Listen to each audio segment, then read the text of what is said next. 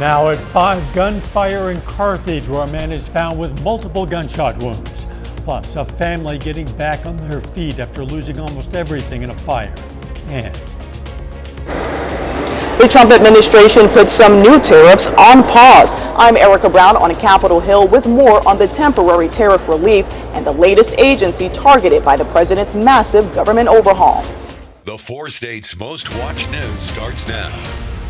Carthage man is in the hospital tonight and 2 brothers are in jail following a shooting in Carthage. This is KOAM News at 5. I'm Dow Quick.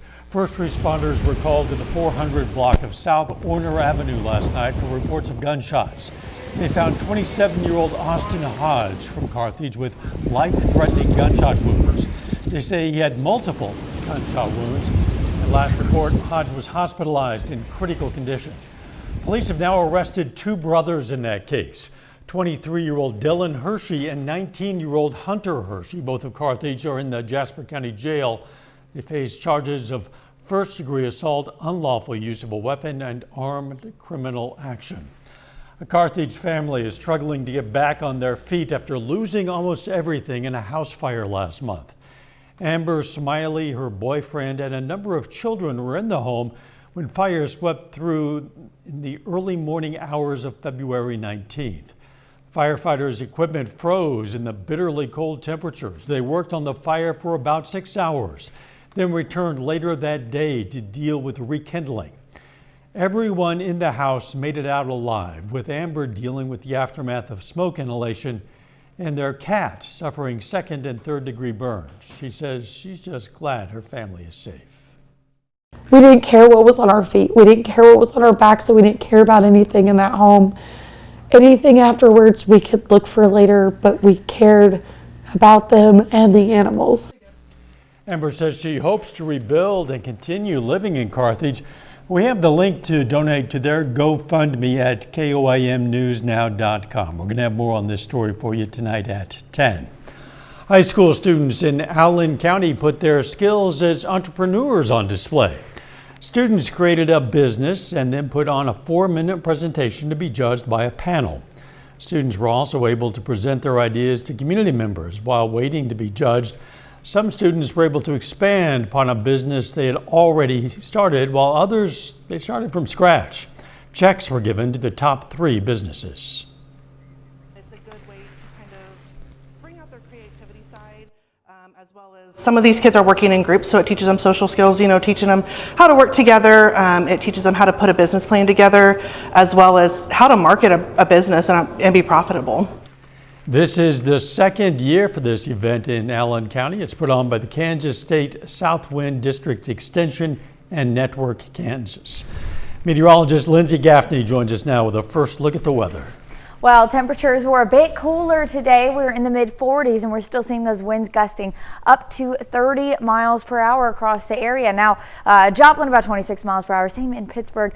The further west we go, the lighter the winds are. Now, that's going to continue to weaken as we head into the rest of the evening. Now, our wind advisory and our high wind warning for our 2 northern counties are expiring at 6 p.m. So we're finally getting to that point where we're not going to see those winds anymore, which is going to be nice, especially now that all the clouds are pushed out, all the rain's pushed out of the way. We've got a nice couple of days where we're going to see lighter winds, more sunshine, and even warmer temperatures as well. We're going to see a nice upwards trend in temperatures until we get into this weekend. So I'll have a full forecast coming up. See you soon. President Trump used his address to a joint session of Congress last night to tout what he says are unprecedented accomplishments during his first weeks in office.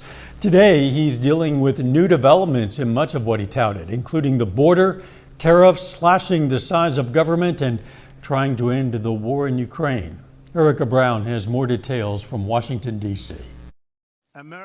One day after President Trump promised that all drug cartel members in America will be treated like terrorists, every last one will be rounded up and forcibly removed from our country. Vice President J.D. Vance and Trump's national security team toured the southern border. The president said yesterday, I think it's maybe the most important part of his speech, is that we didn't need new laws to secure the border. We needed a new president. Tuesday night, Trump also touted new tariffs against China, Canada, and Mexico. If you don't make your product in America, however, under the Trump administration, you will pay a tariff. But by Wednesday, the president paused those tariffs for cars coming in through the U.S.-Mexico-Canada trade agreement. Stellantis, Ford, and General Motors, they requested the call, they made the ask, and the president is happy to do it. It's a 1-month exemption. The president continues to push forward with deep cuts to the federal workforce, promising to remove those who resist the changes. The days of rule by unelected bureaucrats are over.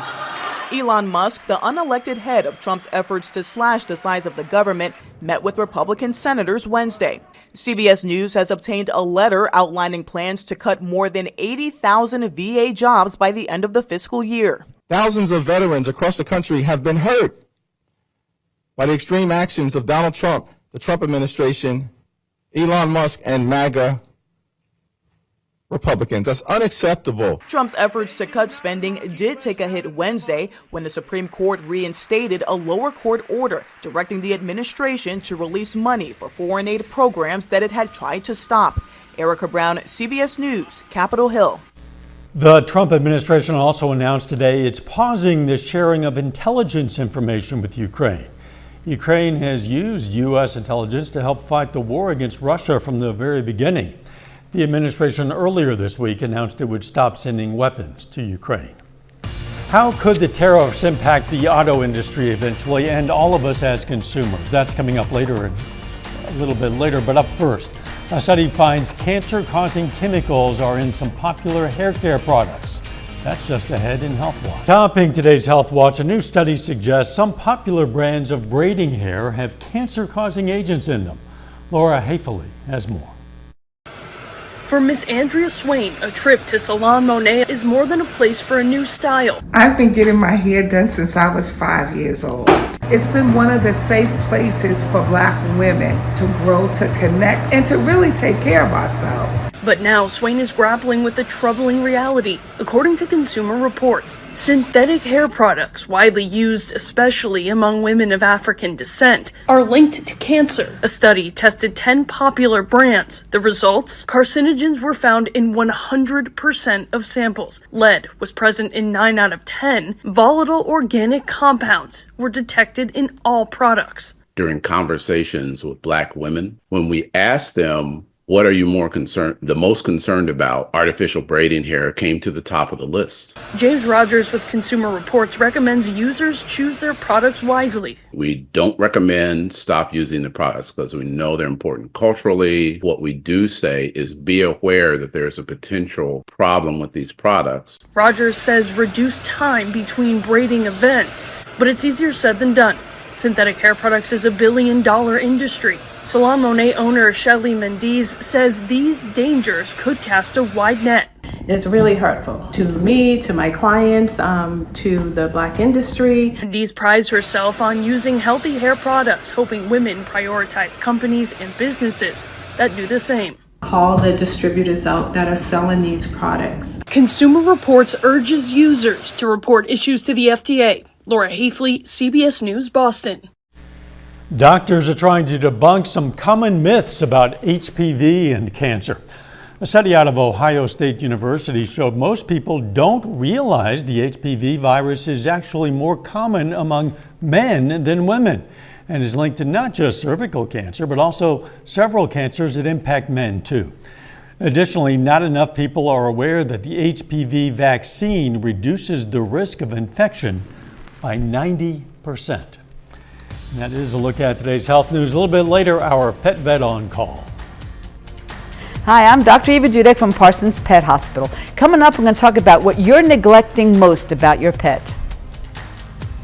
And we've got a warm up coming this weekend. I'm going to talk about that right after the break. Well, it's been a windy day today, and we did have our big severe event yesterday, but you can see out in Indigo Sky Casino and Resort, clear skies, although winds aren't going anywhere. Now we do still have that wind advisory for our Missouri counties right along Kansas and Missouri border as well, and a high wind warning for a couple of counties up north in the darker yellow.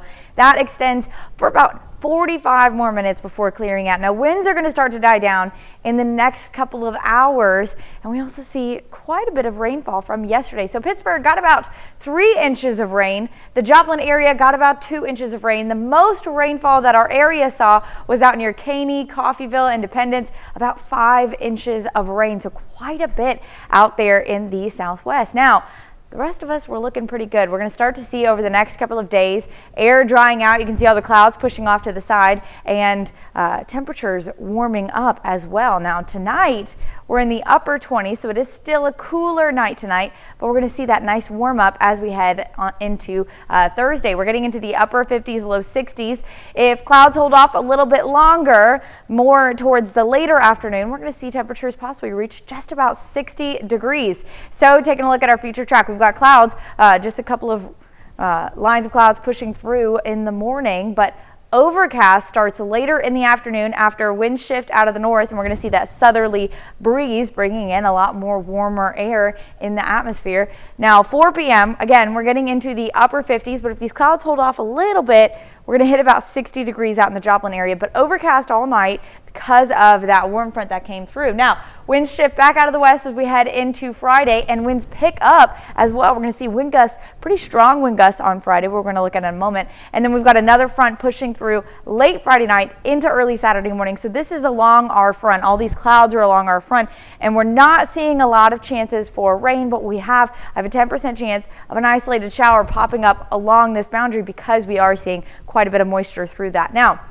we're going to see a cooler day on Saturday, but overall it is going to be a much warmer weekend and week next week ahead. Now, like I said, though, we are seeing those winds picking up on Thursday, so we're going to get wind gusts starting Thursday night up to 45, 50 miles per hour. Then through most of the day on Wednesday, as those winds start to shift out of the west, we're going to see winds gusting 40 to 45 miles per hour through most of the day. Now we're at 2 p.m. afternoon. We're going to start to see that boundary pushing through that cold front late Friday and into Saturday morning. And then that's when we're going to see those winds dying down as we head into Saturday. And like I said, temperatures warming up following Saturday. So our high Saturday is low 50s, but Sunday we're bouncing right back up to about 60 degrees, and then Monday and Tuesday we're in the 70s. So overall it is going to be really nice. We do have a couple more windy days out of our next front, and along with Monday and Tuesday being so windy, being so warm, we also may see, since the atmosphere is going to be very dry, we might see elevated fire risk to start off our week. But overall temperatures are going to be pretty consistently in the 50s, 60s, and 70s, lows in the 40s, so looking pretty good. Can't argue with those temps. Yep. Sounds nice. Thanks. Coming up, the potential impact of tariffs as China, Canada, and Mexico hit back. Topping today's Consumer Watch, tariffs imposed by the Trump administration are being matched by China, Canada, and Mexico. Business leaders say prices will go up because of those tariffs, and automakers could be hit especially hard, although there might be a delay on those tariffs.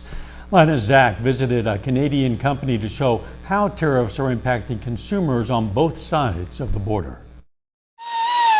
Just a few miles from the Michigan border, Canada's Laval International supplies molds for parts used by every car manufacturer in the U.S.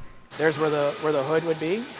The front. So you've got a left and a right fender and that one piece of steel. Jonathan Azapati runs the family business. He says he's dealt with tariffs before, but this time it's different. Now it's adversarial. We are the enemy. This is Trump tariffs, not American tariffs. Canadian Prime Minister Justin Trudeau hit back at President Trump Tuesday as he announced 25% counter tariffs. Now, it's not in my habit to agree with the Wall Street Journal, but Donald, they point out that even though you're a very smart guy, this is a very dumb thing to do. The tariffs and counter tariffs are hitting Azapati hard. His goods take multiple trips across the U.S.-Canadian border, starting with the steel that he imports from Pennsylvania. We need product from the United States. They need product from Canada. We take that product, we build it, we add value to it by it crossing back and forth across the border to ultimately make its way into the United States. That will make parts that will go on vehicles that will be sold in the United States and Canada that will ultimately make its way into our house and our homes. He worries each way he'll be taxed, and it's this interconnected supply chain that makes American auto factories especially vulnerable. Right now, the price of a new car averages about $48,000, but these tariffs could raise prices on cars by about $5,900. And the auto industry fears it cannot sustain these tariffs for long. Here's Ford CEO speaking at a conference last month. Let's be real honest. Long term, a 25% tariff across the Mexico and Canadian border will blow a hole in the U.S. industry that we have never seen. To give you a sense of the real uncertainty of things, business owners are still planning for a new tariff of 25% to go into effect on aluminum and steel products, and that is expected to happen on March 12th. Lana Zach, CBS News, Windsor, Ontario. Austin, Texas is now the latest city to shift into self-driving cars. Riders there can now hail an autonomous vehicle through Uber's partnership with Waymo. The robo-taxi company already operates in Phoenix, San Francisco, and Los Angeles. The partnership between Uber and Waymo is expected to expand to the East Coast later this year in Atlanta. Our Pet Vet on Call up next.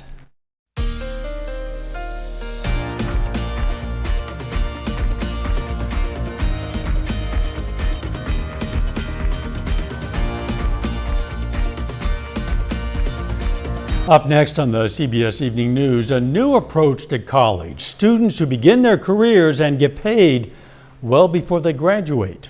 Does it work? Then on KOAM News at 6, we're going to have more on the business competition today among some high school students, some future entrepreneurs. Plus, Carl Junction announces its brand new superintendent of schools. And John Dales tonight reports from the MIAA basketball tournament in Kansas City. Stay with us for the CBS Evening News and then KOAM News at 6. Plenty of us sometimes overlook the routine health exams or actions we should take to protect our health. We might make the same mistake when it comes to our pets. Today's question for our Pet Vet on Call: what preventative care measures do you think are often neglected by pet owners? Oh, the number one neglected health care issue is dental care. Humans have a really good hold on that, but we are just now kind of getting on board there. Dental care is the number one cause of most of your diseases in your body, as well as pain and quality of life, as well as premature death.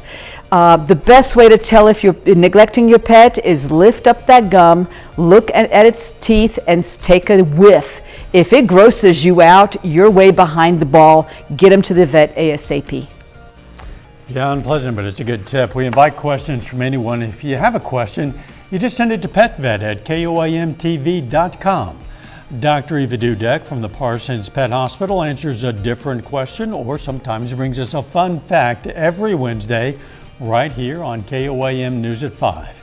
You can also find answers to previous questions on our website. Now we have a special pick of the litter for you this week. We're featuring just one dog. You see a couple of pictures of her here. She's a 3-year-old Akita Shepherd mix named Annie, or Miss Annie if you prefer. ARMA Assistant City Clerk Vanessa Kent tells us Annie has been living these past 14 months in the ARMA dog pound with no room in a rescue or anyone interested in adopting her for some reason. Beautiful, good dog. Kent says Annie has graduated from obedience training with honors, enjoys the company of other dogs, and likes walking with her human. This coming Saturday, Miss Annie, who is 50% Akita, will be at the Pittsburgh Pet Sense for the monthly adoption event with the SEK Animal Advocates. You might want to check her out. If you're looking for a pet, why not at least consider Annie or one of the many animals at your local shelter or humane society. They always have a bunch of great ones. The weather looking pretty nice, temperatures anyway. Well, it's good weather to walk your dog in if you've got them. Temperatures tomorrow getting into the upper 50s and light winds. Now Friday, winds pick up, temperatures reach low 70s, so we're looking good on Friday even though it'll be windy. Slight chance of an isolated shower on Saturday, but mostly we're going to stay dry, and then we go back into a warm-up starting Sunday through the first half of the work week next week. Spring is approaching. Thanks for joining us. CBS Evening News is next, and of course, we're going to be right back here for KOAM News at 6. We'll see you then. Let's make it a great evening.